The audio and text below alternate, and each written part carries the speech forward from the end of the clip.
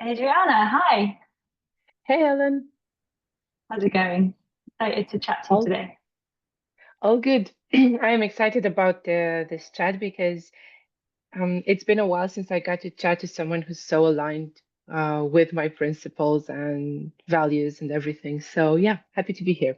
Yeah, fun fact, we met in a community that we're both part of called Growth in Reverse Pro, which is a newsletter community. And you were sharing that you wanted to do some chats with people in your network who had a similar audience, similar principles, similar values, similar size. And I was like, that's me. That's exactly what my newsletter readers and my community care about. And so, yeah, maybe we should just share a little bit about what that is for us both, and then we can dive into some discussions today. So, um, I'll start as I'm currently talking. I'm a business coach for independent entrepreneurs, typically coaches and consultants who want to grow what I call their authority. And they do that with my help through the marketing aspects of things like positioning, branding, messaging, growth. But foundationally, we start with what do you want? Who are you? What are you great at? What are your professional experiences? I always say to clients, like, I can help you finesse and structure and make sense of it. I can't create your skill. Like I can't hand over 10 years of experience. Like you have to bring that and I'll help you make sense of it and tell that story in a way that grows a business, gets some clients. And I have a community called Authority Club where I help people do that in a group. So yeah, I know that we're super aligned in that sense. Did you want to share a bit more about your side? Yeah, I'm a marketing strategist. I've been doing marketing for 18 plus years, and these days I write a strategic AF newsletter that's nicely paired with a consulting business where I want to help experts and business leaders make a few money without selling their souls. So essentially, I'm on a mission to teach people that you don't need to be a manipulative jerk to make money, nor do you need shady tactics, bro marketing, or hacks.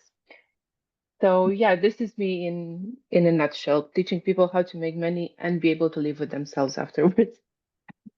One of the things that I write about, and I've seen you talk about this as well, is the idea of having one big idea. So having all of your work ladder around a big concept that other people can get excited by. You know, this is more than just a pitch. Like I am a consultant and I help you do Y.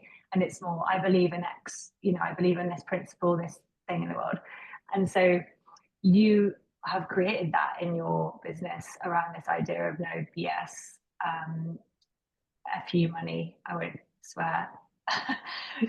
Tell me a bit more about what you were seeing that got you to care about this mission.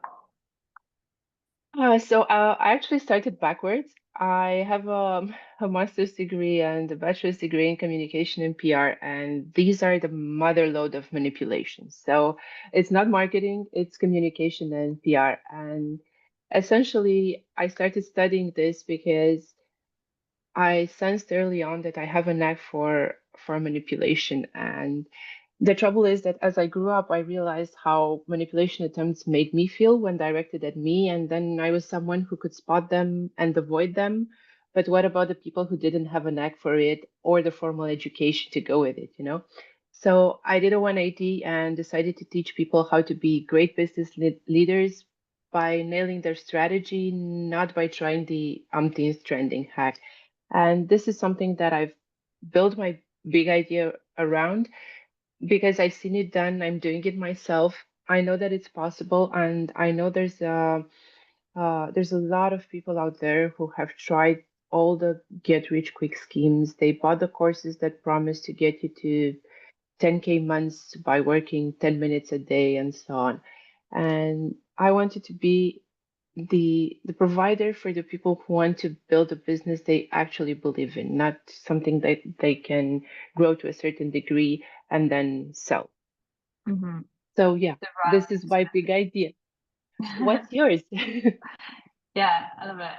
I want to come back to manipulation and deceptive marketing. I'm interviewing somebody on that topic actually next week who's like a background in cults and MLMs and super Ooh. interesting. So this actually segues nicely to what I do in the sense of because I'm a manipulative marketer. No. because my big idea, the thing that I'm really passionate about sharing at the moment is I've worked in the careers and technology space, that kind of intersection between how is work evolving and what are people doing about their own career. And then I bring those together and help people find the tools and, figure out what they want to do in the new world of work. And so my big idea is that the world of work is becoming more entrepreneurial. The future of work is entrepreneurship. And so that in itself is interesting, like as a macro trend shift. But people are often just like, okay, cool, what do I do about that? How do I take that concept forward? And that's where I bring in the idea of authority, because if it's true that more and more people will not have a 9 to 5, that they will be working for themselves, they'll have to find clients, they'll have to create income, stop trading time for money if they desire to kind of scale their expertise, then the way around that is to be an authority. And I don't mean masquerading as one, I mean honing in. It's like going deeper, not going broader. So what are the insights? What are the attributes? What are the backstory that they're bringing to their business? And how can they continually evolve in like niche is a word people feel confused by, but it's like, how do you double down and be more of that thing so that you're in a market of one, or you're not competing with every other person with the same skill set as you, whether that's a coach, consultant, a designer, a strategist, whatever. And it's saying, oh no, here's the thing that I really want to be an authority around. And then once you have nailed that, you can actually try your hand at different skills, and you can kind of try different projects and different collaborations. But without something like a center of gravity, you're constantly just going to be seeking the next gig and having a very reactive approach to your work. So I spend quite a lot of time with my clients in the foundational side of things, because that's, you slow down so that you can speed up later on. And yeah, this idea of anyone can just make 10K months, that's rubbish. And I've had to deal with the impact of that marketing in my coaching practice, because a lot of clients will come to me expecting it to be simple and easy and there'd be quick wins. And they see my results and they're like, cool, can I have what you have? I'm like, yep, but it might take you 3 years, 5 years. People don't want to know that. We want things to be easy and fast. Yeah, actually, there's something I wanted to ask you about because it's something I have to talk about a lot in my content and within my consulting work with my clients because they've been told they've seen this all over social media that if you show up every day on a social media platform and you comment, I don't know, 100 times a day, you're eventually going to be successful. But this eventually is also made to look like you need 3 to 6 months to reach those 10K, you know? And I know that's not true. And I've also seen you talk about the importance of having a body of work as Mm. the foundation to your business, to your identity, to everything. And I wanted to hear your take on it. How long do you think it takes to be recognized as an authority? And I know that authority lives on a spectrum, so it's not necessarily a clear black and white distinction. But for the impatient entrepreneur who wants to get the invites to conferences, who wants to be asked on huge podcasts, and who wants clients to chase them, not the other way around, do you have a time frame for it, or what have you seen in your work with clients who are building authority? So such a good question. And what you've just described is exactly what people want. They want to be having clients come to them. They want to get the conference invites, the speaking circuit invites, the higher rates for their clients. What they're not necessarily trying to be is like Jay Shetty or Mel Robbins or someone who's super famous and just talking for a living, which no shade, that's a great, if you could get there, fantastic work. But what they're really trying to do is still client work, it's delivering. And so I think that the time frame really depends on a few components. If you have an incredible network coming into entrepreneurship and you can open up your black book and say to these people that know you and trust you already, hey, I'm available for work, you can get a lot of client experience very quickly. You can take on projects and you can then, if you're deliberate about this, really look through those projects and find the insights, find the themes, find the patterns, and then share those as you go, continually doing the work, talking about the work, doing the work, talking about the work. That to me is what creates this amazing body of work. And that can happen in a short time frame, as I say, if you're doing client work, because that's the fruit, that's where the good juice comes from. And use verbose language and write about concepts you've seen everybody else talking about and expect that to cut through, because it might be beautifully written, but it's not of substance. And so I think a lot of people are on one side of that spectrum. A lot of people are doing amazing work and not talking about it. And then a lot of people are talking about it, a lot of things, and not really doing much work. So we're trying to find something in the middle. And authority it's like that idea of your personal brand. It's the same concept. Your personal brand is the intersection of how you see yourself and how other people see you. It's what's in the middle. And that's what authority is, really. If I think I'm an authority, but no one else does, it's neither here nor there. But equally, I have to think I'm an authority so that other people will believe it, because I have to show up like an authority. I have to write things that share my opinion, that share insights. And so, to your question, how long does it take? I think it could take a year. I think it could take 10 years. I think it depends on how deliberate you are. I always say to people, like, I'm in my early 30s, I have a load of energy, I have a load of time for work, and I don't have a family. So I can spend a lot more time on this stuff than some people who maybe are in a different stage of life. And so this is why I don't want to put numbers and rules to things, because it's so context dependent. But I do believe that if you've come out of a career with loads of insights, you can start being an authority straight away because of your career experience if you're staying in that lane.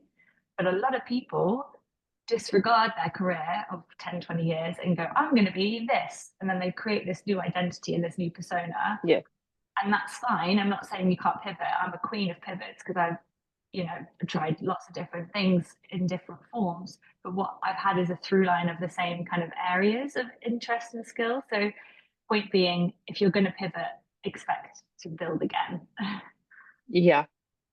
Um, One thing I'd add to what you just said, which I agree with, is also your financial status, because you can have the network that you mentioned, but you can also have the financial status and pay to speak at conferences and show up on big podcasts and have your articles placed in huge media outlets and so on. So um, there are a lot of ways to go about it, but always, if you have the network, if you have the money, you're not going to start from scratch, even though it may seem like you're starting from scratch. However, I know I was talking to a couple of friends about this recently, about how money can help you speed things up. And from what I've seen, either being super aggressive with your content and being everywhere, say Alex Hormozy style, and churning out massive amounts of content, or paying for these placements will get you somewhere. But I don't know that people will necessarily perceive you as an authority if you haven't done the foundational work. I mean, you can trick a couple of people a few times, but you still won't look like someone like, say, Esther Perel, who's done, the therapist who talks about relationships. She's done a lot of foundational work, decades of foundational work. And then when she stepped into the spotlight, it felt like she was supposed to be there, like she belonged there. Yeah, she's one of my favorite case studies for this, because everyone knows her, Same. wants to be her. But it's like, look at her history. She was in those therapy practice rooms for decades behind the scenes, not trying to be famous. And so, yeah, like exactly to your point, if you chase fame first, you might have some success. It might be short lived. But if you ground your authority in depth of insight and then you start to share it, you're so much richer. I actually wrote about her, and I can link that in the notes. But I think a lot of people will be listening to this and wondering, okay, what could I spend money on if I wanted to speed up the process? What do you think is worth spending some money on? Controversially, I think you can test some discovery platforms. For instance, you can spend a little bit on social media ads just to test some of your ideas, not necessarily your big idea, the big thing, but some of your formats. Or you can spend money to attract people to a platform that you own, like an email newsletter. We both have email newsletters, and we understand how important it is to have people who regularly interact with your content and are regularly in your world. In other words, you could spend money to give people a chance to binge your content. I know a lot of my clients have come to me saying that, hey, I've been binging your content. I love your positioning. I love what you do, so I need to work with you. And if you have this kind of content that's binge worthy and that has a strong positioning, then it's worth paying a bit of money just to give it another shot at the spotlight. I wouldn't, however, spend a ton of money. Even if I had the $1 million to spend, I wouldn't spend it on creating a completely new, super famous entrepreneur persona or something similar, because I think you need to do a lot more testing and a lot more groundwork until you're ready for the big stages. Mm-hmm. Maybe like you have an insight, you have an idea, you have a format, you could try putting some ad budget behind a reel on Instagram, for example, or on LinkedIn. And if that does really Exactly. well with some reach, you know you're onto something. But yeah, to your point, if you're still really early, putting money behind something could just be a shot in the dark. Yeah, exactly. And I think money has this ability to speed up everything. But at some point, you have to know when to slow down. You know, maybe you come from a different business and you have millions of dollars to throw at the problem, but it's not necessarily a good idea. Mm-hmm. And I think most people in our audiences will be independently, building something lean, something, a small business, an agency, a one-man band, um, using the name of your newsletter, Strategic AF. What do you think is the most strategic AF thing for them to like focus on in the earlier days? Well, it depends a lot on the field they're in, on the industry, and the type of clients they're looking to attract. But one thing that works across almost any industry is starting on two platforms, one for discovery, like social media, where you can attract people who have never heard of you, and one where you can retain that attention. And that's usually a platform that you own and control: email newsletters, private communities, SMS marketing, although that's a bit more niche these days. Ideally, you need a platform that doesn't have an algorithm to mediate between you and your audience, right? So this is all you need. You don't need to be everywhere in the beginning, um, but you do need at least one of each platforms. And if you can get those going, if your content gains traction on social media enough to get people to subscribe to your newsletter, your community, your whatever, then you know you're onto something and you can expand. Once you've nailed your big idea, your USP, once you have the first inkling of your body of work, then it becomes much easier to scale, to go to new platforms, to repurpose your content, to say the same thing a million different ways. Mm-hmm. Yeah, I'm glad you mentioned like it depends on what you're doing because so many people do what they think is cool or interesting or what their business crush does, and they forget what do their audience and customers care about. Like, are their clients going to read a newsletter about AI hacks, for example, when Hmm. they don't care about AI hacks, they just want their business to grow or their results, right? So it's like thinking about, yes, you need to be excited to do that work. And by the way, I meet so many entrepreneurs who are not excited to do any marketing. And so my job is to help them figure out like where can they find something that's going to give them energy because you can't avoid it completely. Um, so yeah, part one is what are you interested in it enough and good at enough to warrant giving your time, and B, what do your clients care about? But I think this conversation we're having today is interesting because if we've been having this conversation like 2 years ago or 3 years ago, we could be like, oh, you could do Twitter for this, or you could do um, Instagram for this, and podcasting for this, and blah blah blah. And nowadays, it feels like we've got LinkedIn. It's like what other platforms really are working? I mean, we both, I think, deal with a lot of B2B consultants rather than your lifestyle, wellness brands, fine. Instagram definitely works there. But I think for people selling high ticket services to businesses or to entrepreneurs, are we doubling down on LinkedIn, or do you think there are other platforms still worth people's time? So if you have the foundation that we talked about, I think you can enter that fun stage in your business when you can try anything. I've advised people to go with B2B offers on TikTok, and they did great because they did this years ago when TikTok was all silly dances, and they stood out because we tend to think of our prospects as unidimensional beings, but they're not that, you know, like you care about your business, of course, but you also want to see funny memes and silly dances. You have a life of your own, you know.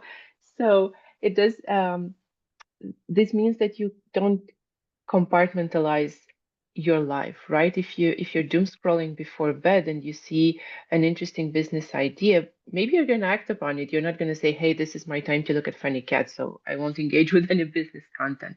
So I'd say go out there and try. There's a lot of B2B content on Instagram as well. Mm-hmm. Threads is shaping up as a good platform. Also, maybe you're gonna laugh, but I've seen people do B2B on OnlyFans, and there's nothing sexual involved there. They don't post um, not safe for work content. It's all very, very clean. But they're on OnlyFans because they decided to hijack that platform, you know. So Desperate anything times, can we're just work. hijacking any platform with reach to get our business Exactly. found. Oh my goodness. Exactly. Well, I was not expecting you to say that. And I think that can be our episode title here. But so you're really saying, okay, there are certain platforms where tried and tested, people are at those platforms day in, day out, but the ones that are less business or less relevant to your audience, think about the life cycle of the day in the life of your target client. They are on Instagram, TikTok, OnlyFans at night, and they might be buying from you. So I guess this comes back to like the strategic point, right? It's not be everywhere because Yeah. that's not going to be sustainable. But in that testing phase, you're encouraging people to try slightly different things to see what's working and what's getting them essentially off onto the email list as well. That's the litmus test. Are they interested enough to sign up to your list? Should we talk about newsletters? I know people always want to talk about newsletters. Yeah, exactly. But I should mention that I know a lot of people are eager to move to the fun stage where you test new stuff. But you know, in order to break the rules and to make waves on OnlyFans without sexual content, you first have to play by the rules. So while this might not be fun and the most entertaining advice I can give, you have to play it safe for a little bit, especially if you're very, very new at this. You need to understand the rules of the game.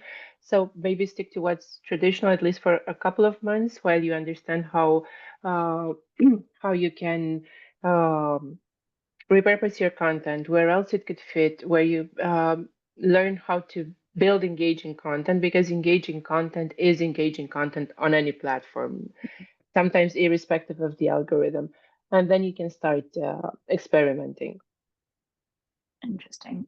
Yeah, it's like with most things in life, cooking or improv comedy, which is what I do. I was doing that last night, so that's a fresh of mind example. You need to know the rules first and Yeah. foremost to be successful, for it to work. And then you can break the rules to have fun, break convention, be different, stand out. But without knowing the basics, you're just, yeah, at sea. Yeah, it's like you want to start cooking and or baking, and the first thing you do is a wedding cake with 7 tiers, you know? It's probably not going to work if you've never baked anything before. It could work. I'm not saying it couldn't, but if it does, it's an accident. Yeah, it's a fluke. So I was listening to you on a podcast say people think newsletters and email lists are the same thing, and they're not necessarily. I'm pretty sure I know what you mean by that, but do you want to break down what you were saying here? Yes, the distinction is fairly easy. Email marketing is mostly about, well, the marketing side, about selling. Whereas newsletters have are content first, they're content led. So, for instance, if you operate a newsletter, you're going to do email marketing as well because you're very likely to sell your products and services through that newsletter. But you can have an email list and do email marketing without selling, without having a newsletter. Too. The best example is e-commerce. Mhm. When you subscribe to an online shop, you're going to get a ton of emails from them, and they're all going to be about discounts, new products added to the website, grab a coupon, refer a friend, and so on. This is email marketing 101. Um, if they also had a newsletter, maybe they tell you, hey, we just launched these products and we want to teach you how to use them. Here's the quick rundown of how you can leverage them to the fullest. So this is why newsletters are a bit more complex and complicated than people think, because you can have amazing content and be a very, very good writer, but if you don't have the email marketing part dialed in, it's not going to be a profitable newsletter. But at the same time, you can crank up the salesy part in email marketing too much and lose people from your list, whether you're treating it as an email list or as a newsletter. Yeah, it's interesting hearing you talk about like the most beautiful, thought-provoking email you can imagine, right? And does that even create clients? And I think that people have been misled a little bit by the success of Substack in the sense of Substack's business model is where the content itself is the product, meaning their primary customer for a Substack user is somebody who turns on paid subscriptions. In order for somebody to pay for your emails, they have to be really good emails, they have to be really well written, Yeah. ideally beautiful, quite long, valuable, blah, blah, blah, which is all fine, well and good. And I would love to make money doing that. But strategically, I felt like that's not a good use of my time and attention because I already have a dial down service that I want to sell that makes six figures, that does well, blah, blah, blah. Why would I take too much attention away from selling that by turning on my paid subscriptions? And so this is a long-winded way of saying either you know what you're trying to sell, I should have used this hand, you know what you're trying to sell over here, and you just want more people to understand what's available if they make a purchase, or you're selling the content itself. And I'm not saying that there's only beautiful paid emails or buy my service email marketing. Of course, there's shades of grey in between. And I think both of us have been able to do a bit of a mix. Yeah. But I know people struggle with figuring out, okay, how do I sell and still be valuable? And should I turn on paid? Because blah, blah, blah. But maybe if we stay with free newsletters for a moment, which is what my gut is telling me to tell most people listening to start with, if they're new to newsletters, if they have a service, if they're trying to be a consultant or a coach or a leader in their field. How do you like, let's do our little recipe for them. What do you think the main things they should consider in that free newsletter are? You can start and I'll share any of mine. So this is an idea I've toyed with as well. Initially, when I first started my newsletter, my goal was to turn it into a paid product. But when I started growing it, and I've had people tell me, hey, I would pay to read this, I realized the value of having people tell you this and still offer it to them for free. And there's this business advice, I don't know where it comes from. I forgot the author, but it's fairly popular that you should give people such good things for free that it hurts you to do it, you know? And content is not the easiest, but the best way to give away for free if you're a good writer, if you have your big idea honed down, is the simplest way to bring people into your universe and to get them to want to work with you when they're ready for it. So, like you, I advocate for a free newsletter as a strategic lever. That being said, I know there are people who enjoy writing more than anything else, or who have like Lenny's newsletter. He has a huge network of people he can interview. He has access to people very few of us do. So it makes sense to gate some of that content because it's content that requires a ton of work. So Mhm.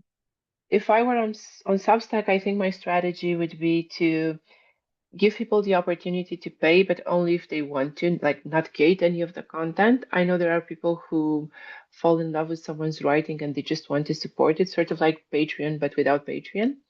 So that's what I would do for my own business.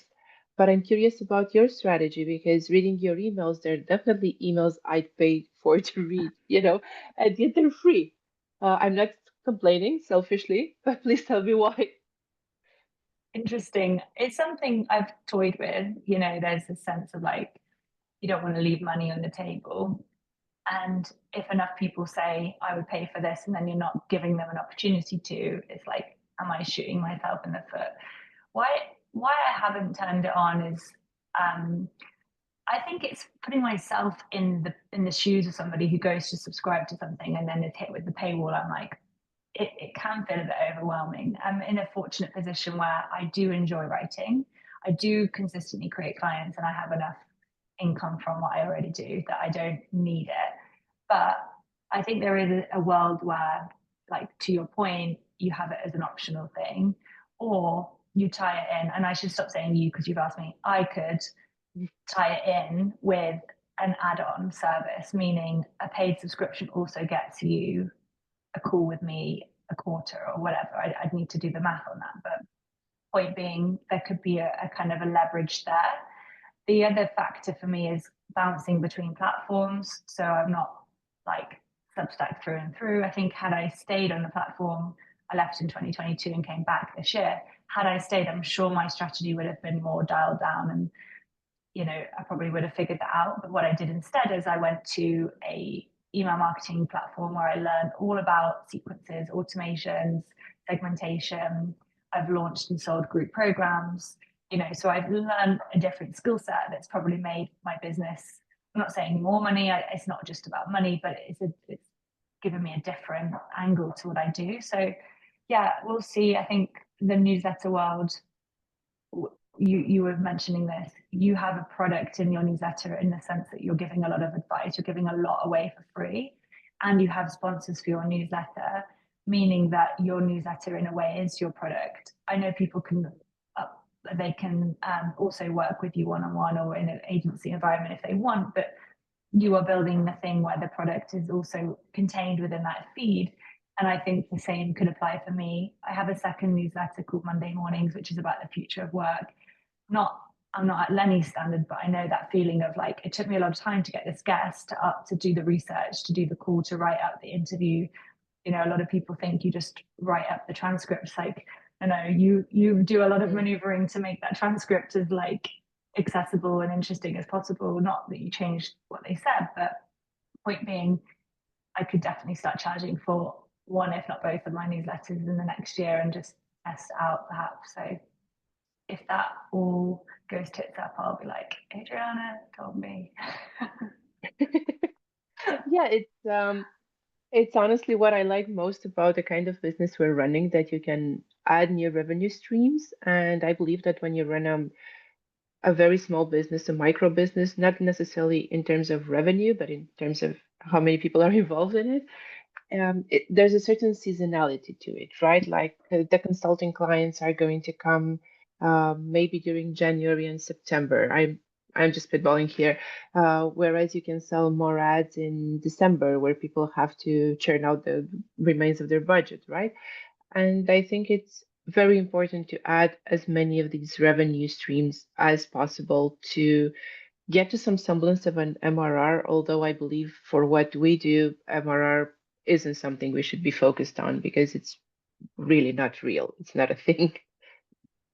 Yeah, we should wrap soon, but I think it's a really good point to end on. It's like, if you're trying to create consistency in your business and you're doing this kind of work, you are probably in the wrong type of business. Like MRR is monthly recurring revenue, akin to SaaS businesses.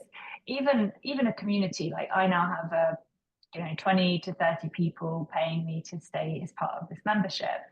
It isn't I would never call it MRR because of the amount of work that goes into getting those people to join in the first place, the amount of variety of like when and how long they stay.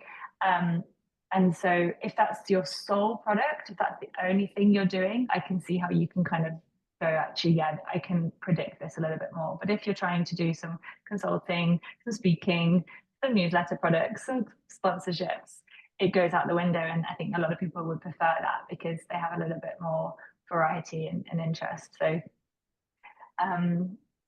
I think we covered a lot of what we wanted to chat about, but I do feel like we could hang out and talk all day. So we should do that at some point when we're in Yeah. the same city. Yep. Well, we don't live that far away, so I'm sure that's going to happen at some point. Yeah. We can do one of those fancy live podcasts, in a cool setting, and then we could scream into the microphones. I would listen to you scream into a microphone for 3 hours. That sounds fun. Yeah, you get going, don't you, on a certain topic? So we should definitely do a part two. I'd love that. Nice to see you today. You too. Take care. Bye. Thanks so much.